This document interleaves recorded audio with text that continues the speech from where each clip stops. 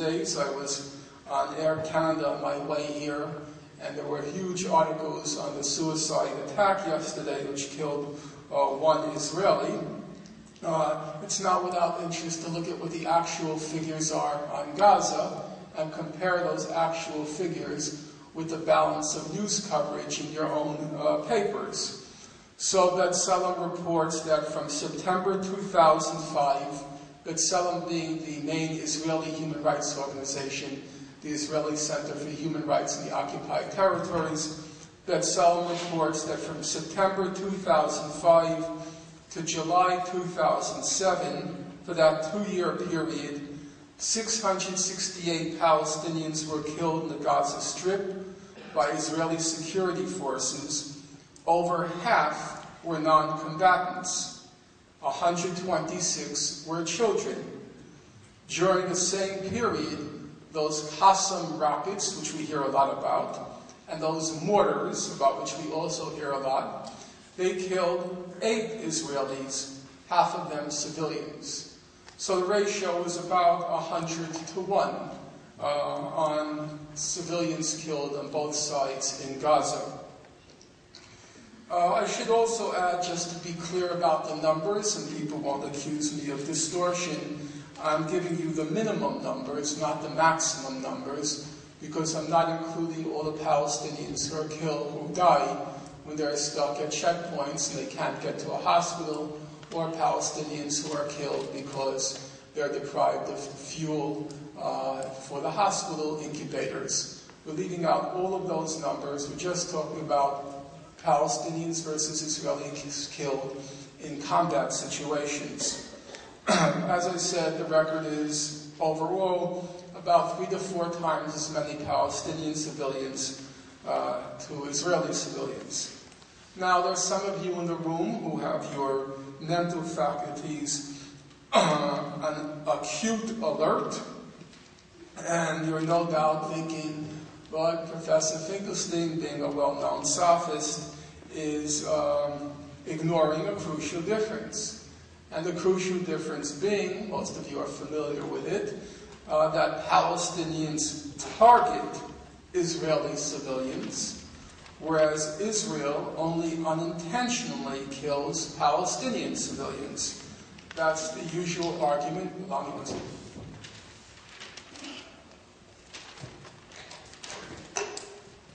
I've been spending too much time in the air and I'm getting dehydrated. Well, we shouldn't scoff at those sorts of arguments, because if the arguments were accurate, if they had merit, they would certainly have to be factored in when we discuss this topic.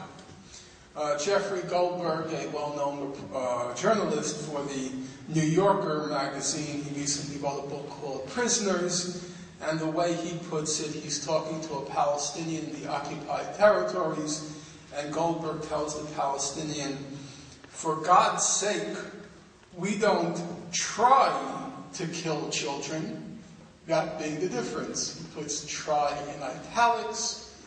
Israelis, yes, they kill children, but it's an accident. Palestinians, they target those Israeli children. Okay, so let's see what the record shows.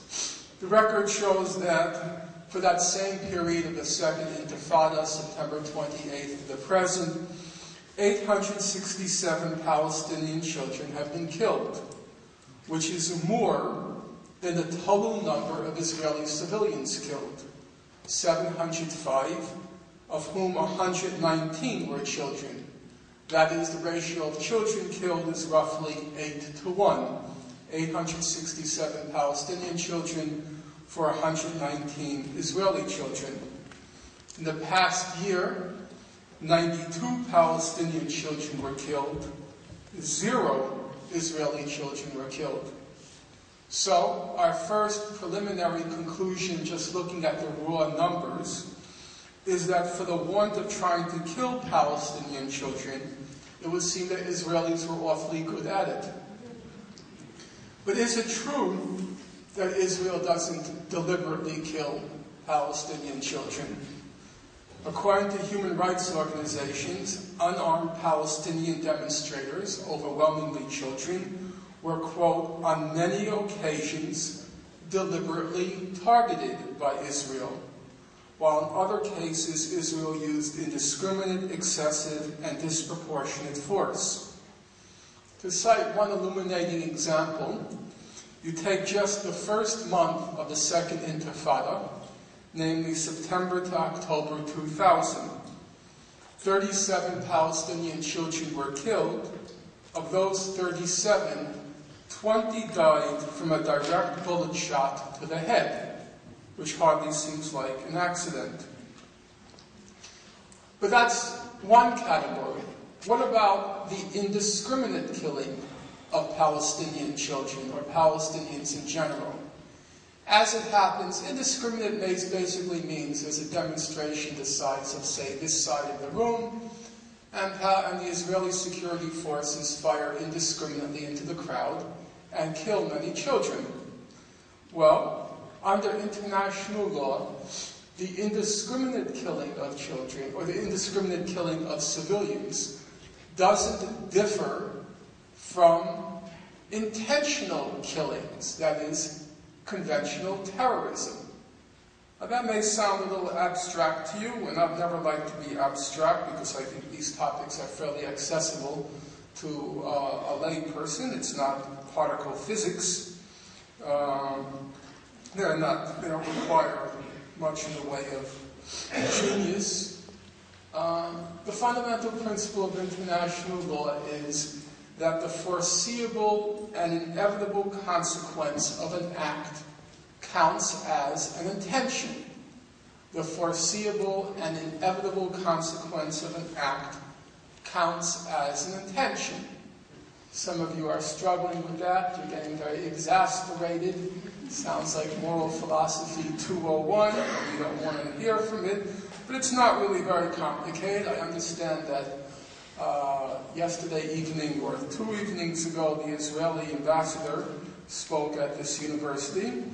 And presumably, if he heard me speak, at this point he would become very, very agitated. And perhaps, if only metaphorically and maybe literally, he will have taken out at this point a dagger, stepped up to the podium, and thrust it deep into my heart. Some of you would probably be appreciative of that act, and may even join in with him. It's a Shakespearean scene. And then the Israeli ambassador goes before the court of law in Canada. Remember, this is all hypothetical, because I can see already tomorrow Finkelstein charges Israeli ambassador tried to stab me. All hypothetical. He goes before the court and he pleads innocent, and the judge says, "What do you mean innocent?" And he says, "Well, I was just trying to test the sharpness of the blade." Of course, that's a ludicrous, no offense to the ambassador, that's a ludicrous defense, because the foreseeable and inevitable consequence of thrusting a dagger in my heart is I will, for better or for worse, I will perish. And so it counts as an intention. The foreseeable and inevitable consequence of an act counts as an intention. If you fire indiscriminately into a crowd, the foreseeable and inevitable consequence is innocent civilians are going to die. And therefore it counts as an intention, i.e. it's terrorism. So you take the example, a good example is, you take the very decent, in my opinion, remarkable fellow who covers the occupied territories for Israel's most distinguished newspaper, Haaretz, a fellow named Gideon Levy. And at some point a year ago, fairly typical of Israel, it was firing indiscriminately artillery shells into civilian neighborhoods in Gaza, in this case the community of Beit Hanun. And many civilians were killed. And this is what Gideon Levy, the Haaretz reporter, had to say on the topic. He says, I thought a particularly useful analogy, he says, Someone who throws burning matches into a forest can't claim he didn't mean to set it on fire. And anyone who bombards residential neighborhoods with artillery can't claim he didn't mean to kill innocent inhabitants. Therefore, says Levy, it takes considerable gall and cynicism to dare to claim that the Israeli Defense Forces did not intend to kill inhabitants of Beit Hanun. Notice his words, did not intend. Because it was inevitable and foreseeable, it counts as an intention. In the language of human rights law, it counts as deliberate.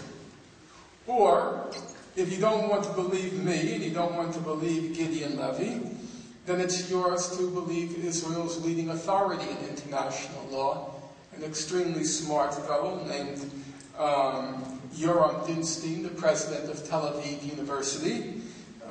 He's very clever, brilliant grasp of English.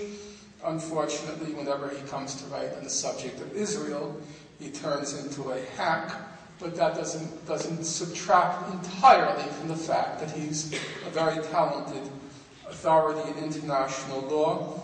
And in his standard work he writes, and now I'm quoting him, there is no genuine difference between a premeditated attack against civilians, which is what Hamas is accused of, and the reckless use of force, which is what Israel is accused of. They are equally forbidden, or, in other words, they are equally terrorism. We should also be clear that if you bear in mind the conventional definition of terrorism, the targeting of civilians to achieve a political end, then Israel's practices in the past several months in Gaza, actually more, but past several months in Gaza, they constitute terrorism by the most narrow definition of international law. They're targeting civilians. The sanctions are clearly, the economic sanctions are targeting civilians. And Israel has openly said the purpose of these sanctions is to get the Palestinians in Gaza to reject Hamas as its leadership. That's trying to achieve a political end by targeting and causing the death of civilians. That's terrorism. Well, where does that leave us? The only differences between Israeli and Hamas terrorism are: one, Israeli terrorism is about 3 to 4 times as lethal as Hamas terrorism, and 2, no demand has been put on Israel, no sanctions have been put on Israel to renounce terrorism. But then the principle of terrorism ceases to be a moral principle, and it becomes a hypocritical principle. Let's now turn to the third aspect of the conflict. Some of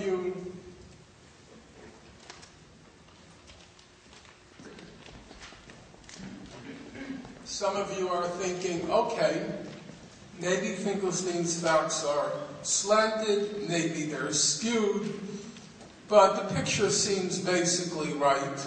We all know Israel has a bad human rights record. It's not really very controversial anymore. But you think, how about the future? How to resolve the conflict? Isn't that controversial? Because were it not controversial, wouldn't it have been solved already? The conflict has now been going on longer, and the majority of the people in this audience doubled their age. And that's a kind of a startling fact. For those of you who are 20, and you put the cinema reel of your life in reverse, there's a lot in those 20 years have been packed in them. And now you have to double it. And that's the period the Palestinians have endured that occupation. It's a long time.